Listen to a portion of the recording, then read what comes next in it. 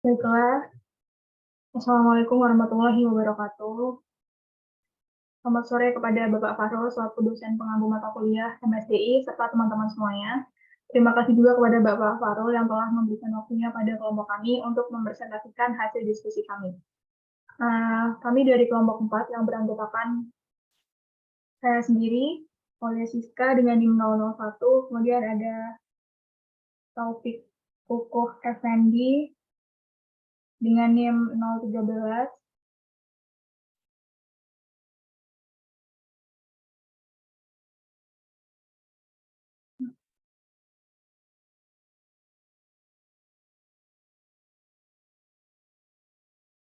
tes.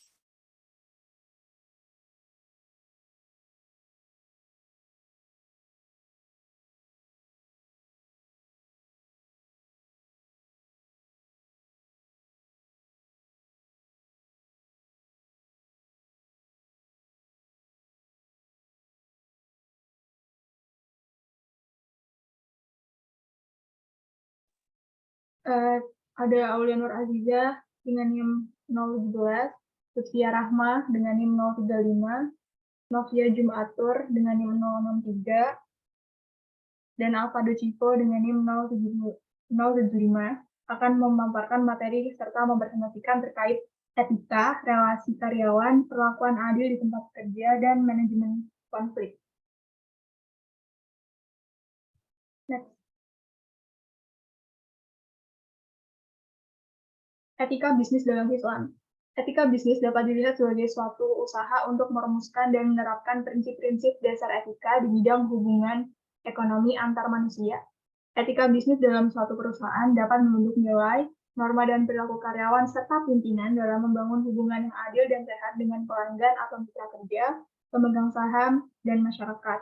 Nah, etika ini pada dasarnya mengenai benar dan salah atau pelaksanaan hak dan kewajiban manusia terhadap sesama manusia yang lain. Kayak ketika seorang manusia ini bertindak, pastinya bakal berdampak pada manusia yang lain juga. Jadi etika ini bisa dibilang seperti disiplin ilmu yang berkaitan dengan baik dan buruk, benar dan salah, atau tugas dan kewajiban. Permasalahan etika ini biasanya sering muncul dalam perusahaan atau organisasi bisnis yang meletakkan laba ini semata-mata untuk tujuan jangka pendeknya yang secara potensial pastinya bakal berbenturan dengan etika. Tapi mengingat perusahaan juga menginginkan tercapainya tujuan jangka panjang, maka pemenuhan etika ini juga sangat penting. Next.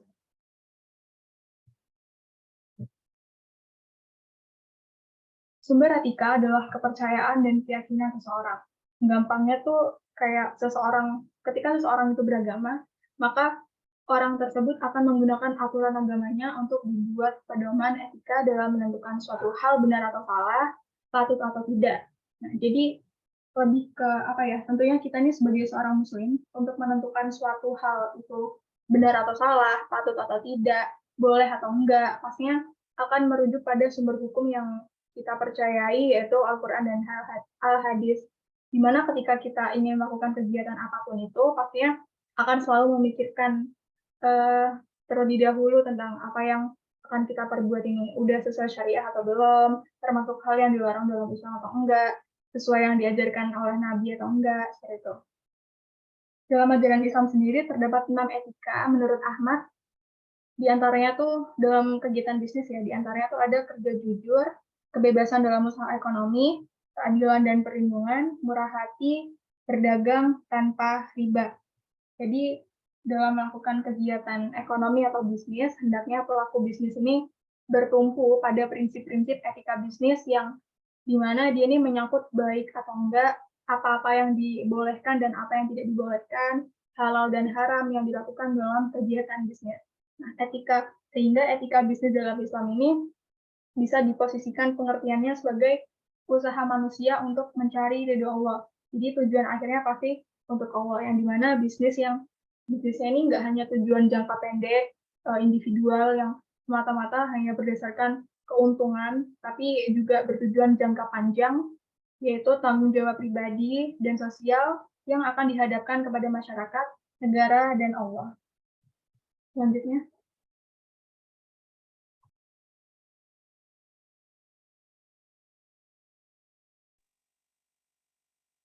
Baik, yang selanjutnya yaitu etika dalam bisnis. Mohon maaf, yang selanjutnya yaitu memberdayakan etika. Dengan etika menjadi sangat penting pada saat terjadi perpindahan puncak kepemimpinan. Hal ini dimaksudkan agar pemimpin baru tidak serta-merta mengubah etika yang telah dibangun dan dibudidayakan oleh pemimpin terdahulu. Dengan meningkatkan budaya etika yang kuat, banyak perusahaan menyusun kode etik secara tertulis. Kode etik merupakan suatu tatanan etika yang telah disepakati oleh suatu kelompok masyarakat tertentu. Oleh sebab itu, perusahaan dengan budaya etika yang lemah akan mengalami kasus penyalahgunaan etika 10 kali lebih banyak dibanding dengan perusahaan dengan budaya etika yang kuat. Dalam perusahaan dengan budaya etika yang kuat, karyawan lebih mudah menyatakan pendapat tanpa merasa takut akan mendapatkan tindakan administratif yang tidak menyenangkan. Next. Baik. Beberapa perusahaan besar di dunia, khususnya yang mendapatkan banyak kepercayaan dari publik, misalnya perbankan, asuransi, dan firma seperti kantor akuntan, kantor pengacara telah menyusun kode etik yang syarat terus-menerus dipraktikkan dalam kehidupan kerja sehari-hari, sehingga menjadi budaya perusahaan. Etika itu dibudidayakan lembaga keuangan ternama di dunia yang berkantor di Wall Street, New York, Amerika Serikat, menetapkan beberapa komponen utama etika. Di antaranya yang pertama yaitu transparansi dan akuntabilitas, yang kedua tata kelola korporat, yang ketiga perlindungan konsumen dengan penyediaan informasi yang benar, keempat sistem peringatan dini akan kegagalan bisnis yang mempengaruhi ekonomi, yang kelima perlindungan penanam modal, yang keenam menghindari benturan kepentingan dan manipulasi. Kode etik yang termasuk dalam norma sosial, namun bila ada kode etik yang memiliki sanksi yang agak berat, maka masuk dalam kategori norma hukum. Kode etik juga dapat diartikan sebagai pola aturan, tata cara, tanda pedoman etis dalam melakukan suatu kegiatan atau pekerjaan. Kode etik merupakan pola aturan atau tata cara sebagai pedoman berperilaku. Next.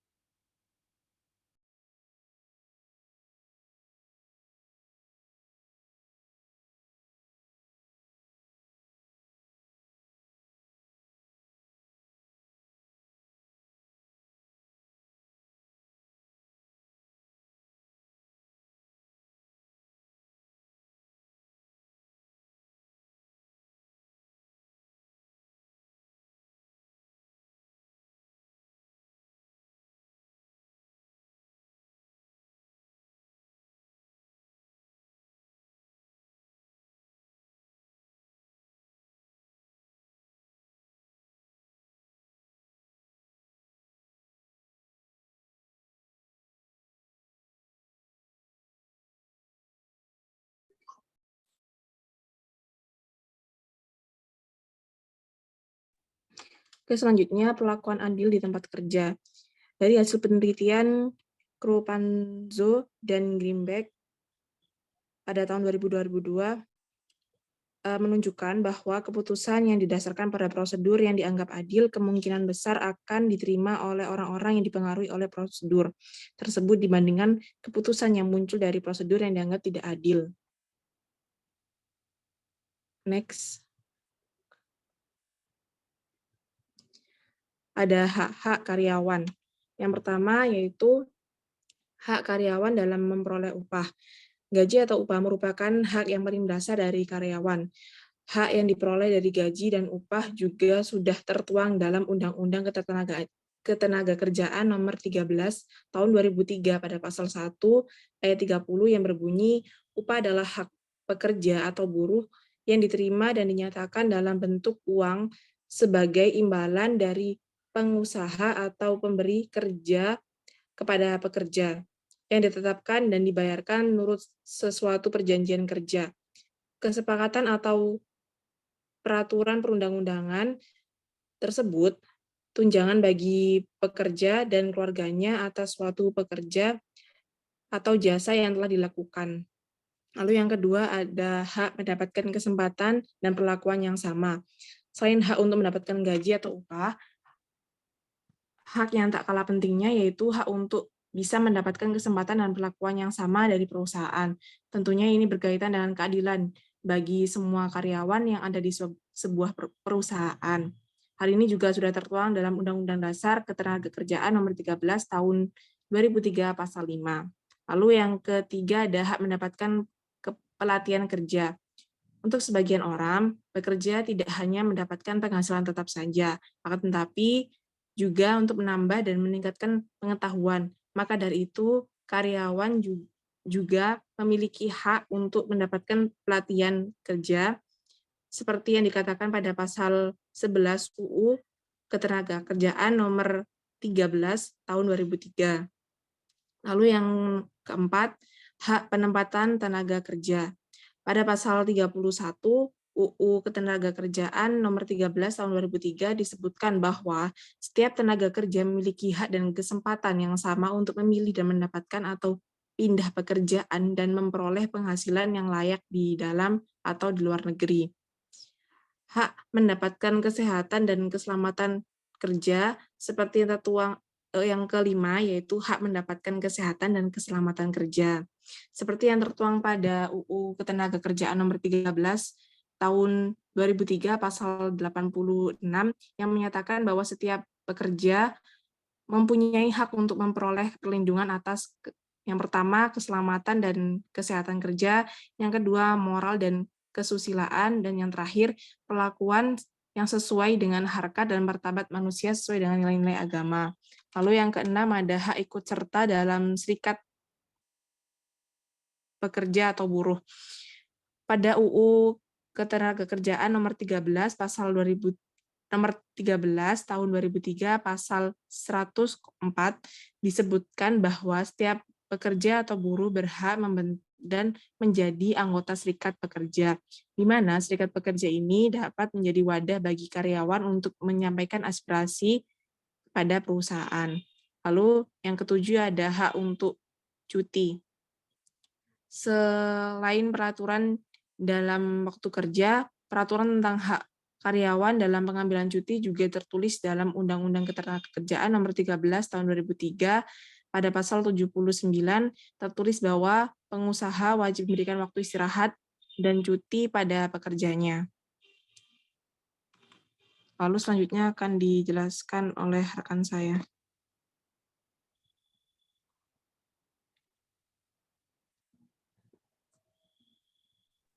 Baik, selanjutnya ada kewajiban perusahaan terhadap karyawan. Yang pertama yaitu membayar gaji. Gaji merupakan hal paling esensial yang dicari oleh karyawan dalam melakukan pekerjaan.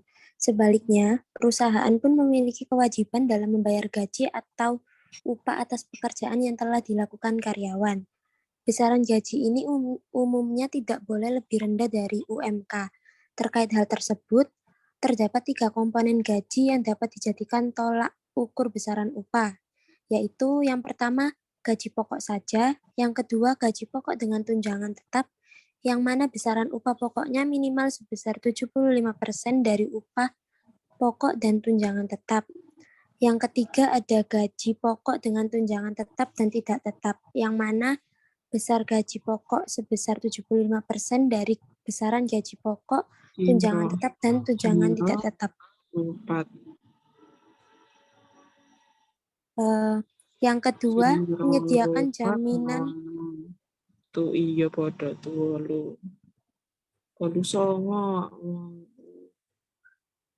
Yang kedua, menyediakan jaminan ketenagakerjaan.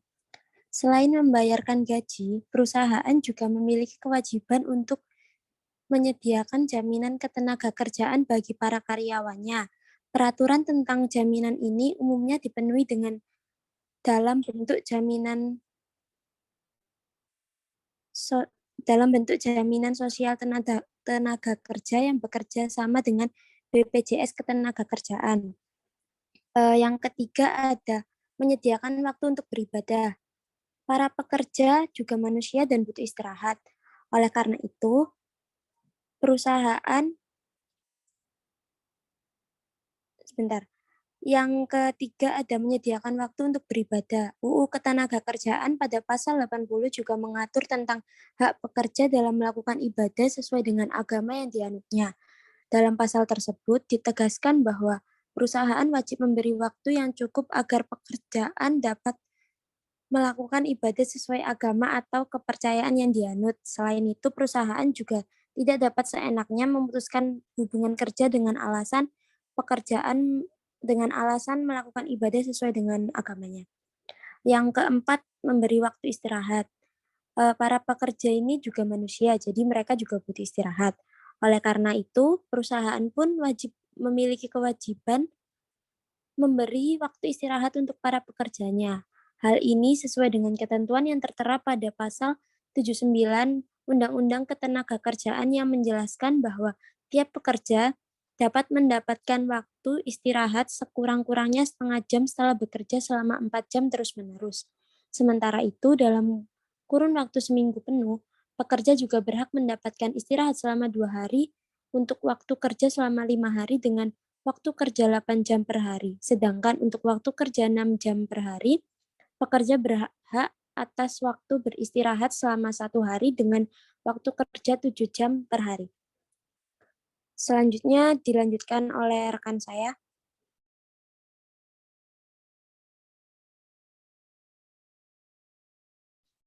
Selanjutnya yaitu berhubungan dengan manajemen konflik, di mana kondisi dunia yang mengalami perubahan dengan cepat dan terus-menerus menimbulkan berbagai hal berkemungkinan besar untuk terjadi setiap saat dan tidak dapat diprediksi.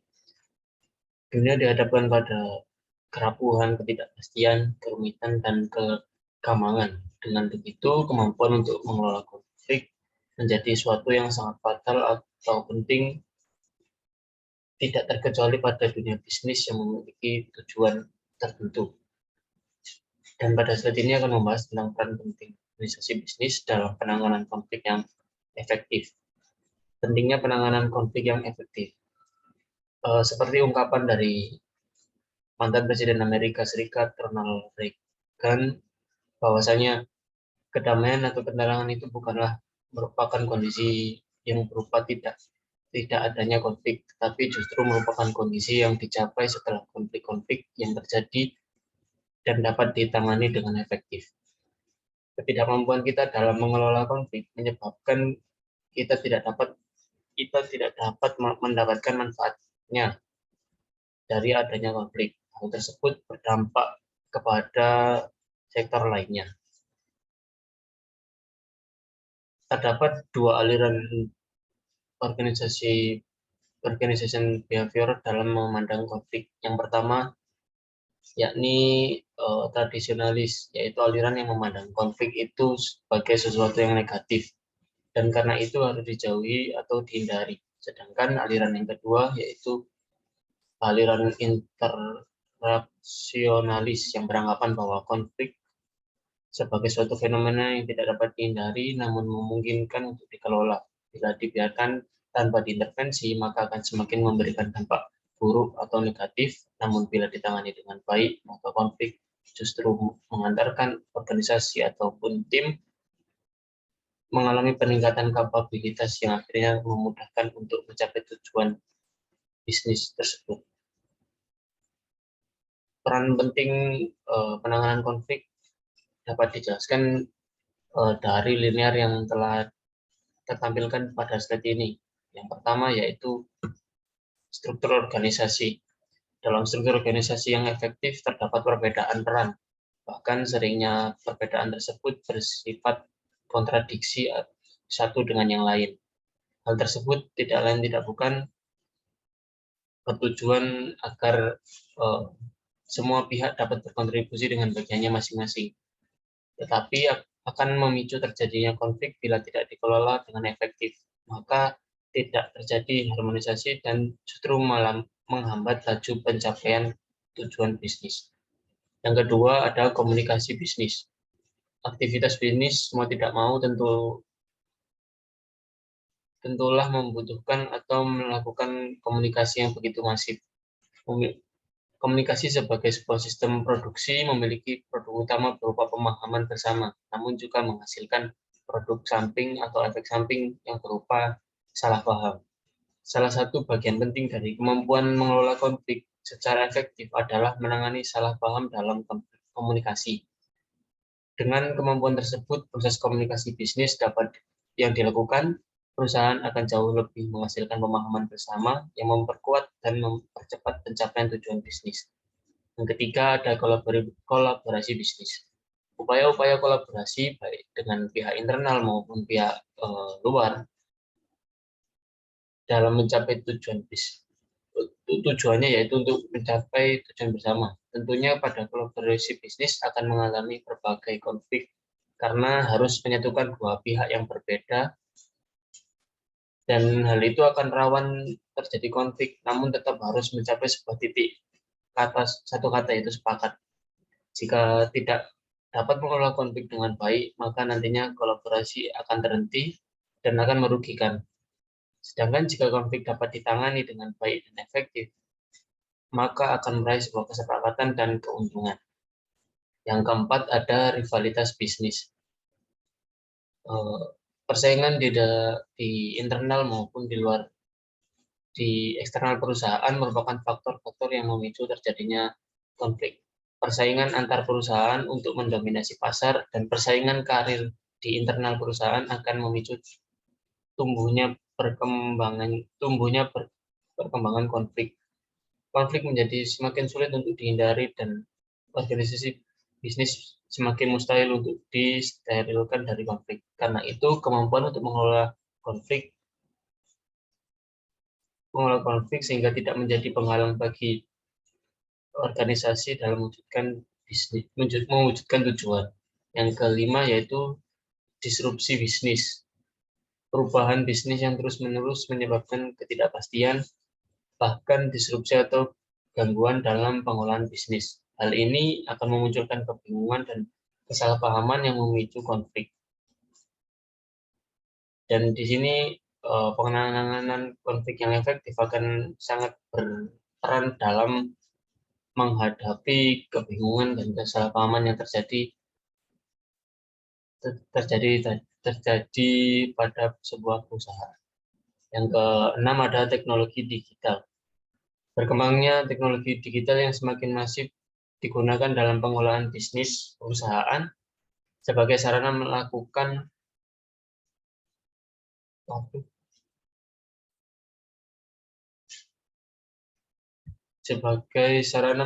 kegiatan bisnis seperti komunikasi dan kolaborasi dengan siapa saja, di mana saja, sehingga menyebabkan terjadinya kondisi kerja yang low touch, high tech, yakni semakin minim kesempatan untuk berinteraksi secara langsung, sehingga berpotensi konflik yang tinggi. Maka dari kemampuan pengelolaan konflik yang baik akan menjadi sangat penting dalam berinteraksi dalam bisnis. Next.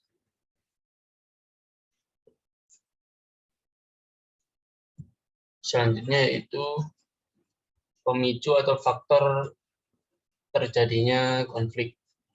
Yang pertama, ada perbedaan yang meluas. Karena perbedaan adalah kondisi alami yang dihadapi setiap individu, maka konflik bukanlah merupakan sesuatu yang bisa dihindari.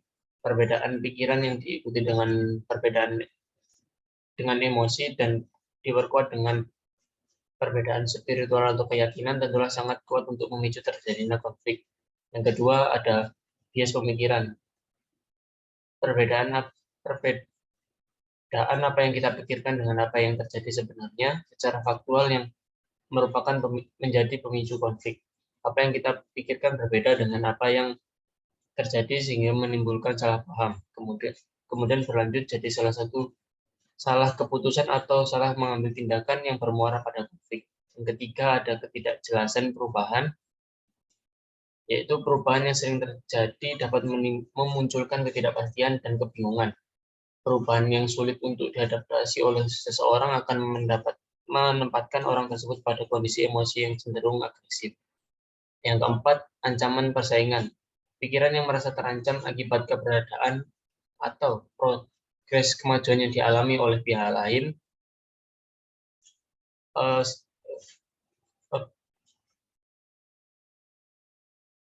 akan menjadi sebuah ancaman bagi sebuah perusahaan. Maka dari itu sebagai respon dari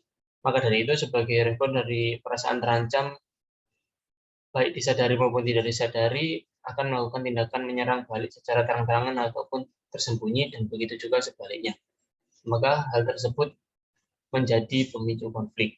Yang kelima ada belenggu personifikasi, yaitu mempersepsi apapun yang dialami atau apa yang dilakukan oleh orang hanya berdasarkan pandangan pribadi yang subjektif.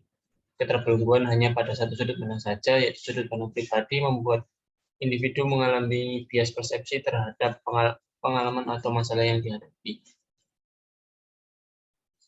Selanjutnya akan dibacakan oleh rekan saya. Baik, selanjutnya yaitu hal taktis yang dapat dilakukan supaya efektif mengelola konflik. Penanganan konflik yang efektif membutuhkan kemampuan berkomunikasi yang dapat menumbuh kembangkan bangunnya interaktif dialog. Bila interaktif dialog yang dikembangkan semakin sering pihak yang berkonflik ataupun yang memediasi konflik berinteraksi maka akan semakin banyak kesamaan dan semakin cepat mencapai kesepakatan bersama. Nah, melalui pola komunikasi interaktif dialog diharapkan konflik akan berkembang lebih konstruktif sehingga bisa membangun pemahaman bersama yang lebih komprehensif, membawa pada titik temu dan tercapai kesepakatan bersama sehingga konflik yang semula destruktif menjadi konstruktif bagi kinerja individu, kelompok maupun organisasi. Sehingga sebuah konflik yang memang secara nyata tidak dapat dihindari dapat dikelola secara efektif sehingga sebuah tujuan bersama atau tujuan suatu organisasi perusahaan dapat tercapai dengan baik dan konflik yang ada dapat terselesaikan. Begitu pentingnya pengelolaan konflik dalam organisasi dapat berpengaruh secara luas ke dalam semua sisi organisasi, tidak hanya hal kecil, namun konflik jika tidak dikelola atau tidak melakukan manajemenisasi konflik dengan baik akan berdampak pada seluruh komponen organisasi atau perusahaan yang memiliki satu tujuan. Baik, mungkin itu saja. Saya kembalikan ke moderator. Terima kasih.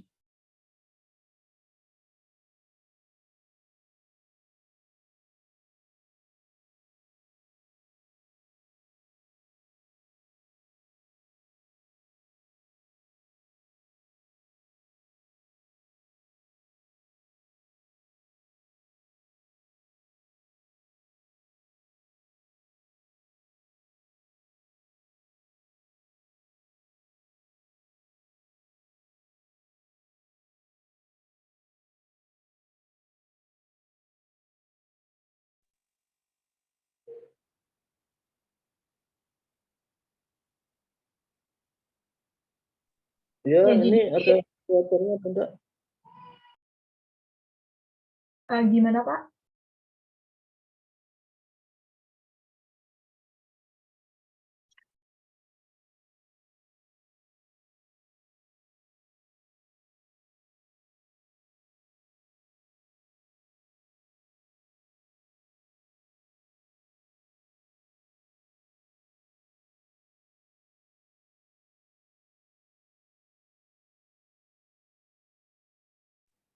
Ya, silakan kalau ada yang ingin bertanya.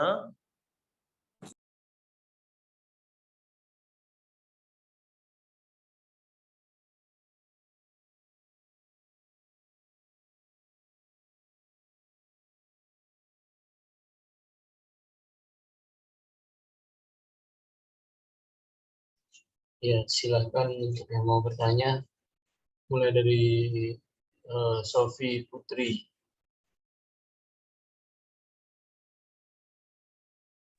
Iya, terima kasih. Perkenalkan, saya Sophie Putri Isnani dengan NIM 025, izin bertanya. Tadi kan dijelaskan di hak karyawan kan ada hak mendapatkan kesempatan dan perlakuan yang sama. Nah, itu perlakuan yang sama dalam apa? Apakah semua gender atau bagaimana? Lalu, mengapa ada hak khusus perempuan? Terima kasih.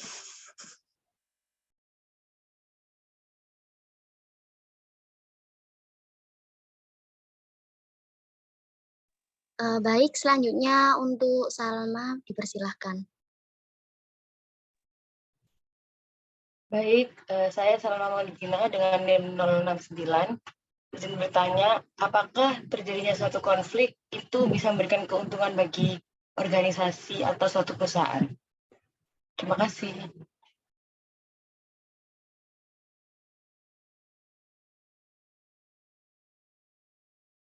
Untuk Adinda dipersilahkan. Baik, terima kasih. Sebelumnya izin bertanya, ini mengenai hak-hak karyawan ya. Jika ada seorang karyawan yang diberhentikan dari perusahaannya dikarenakan pengurangan karyawan, apakah nantinya akan ada hak-hak yang harus diterima oleh karyawan tersebut? Terima kasih.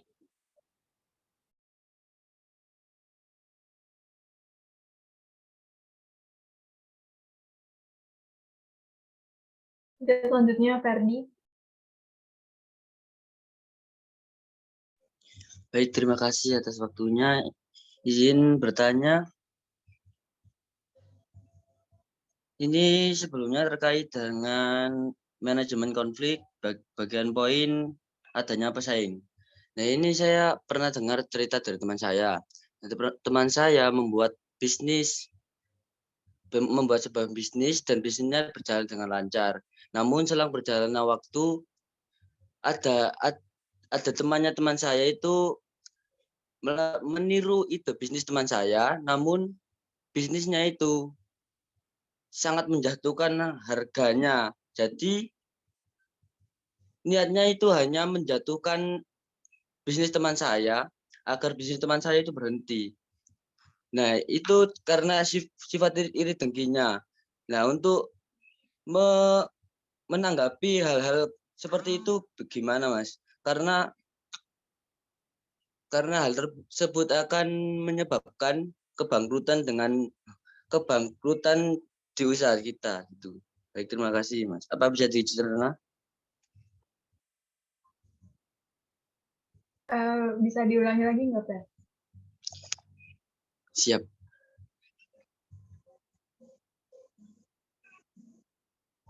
Oke, saya kan pernah dengar cerita dari teman saya. Dia pernah buat usaha bisnis dan bisnisnya berjalan dengan lancar.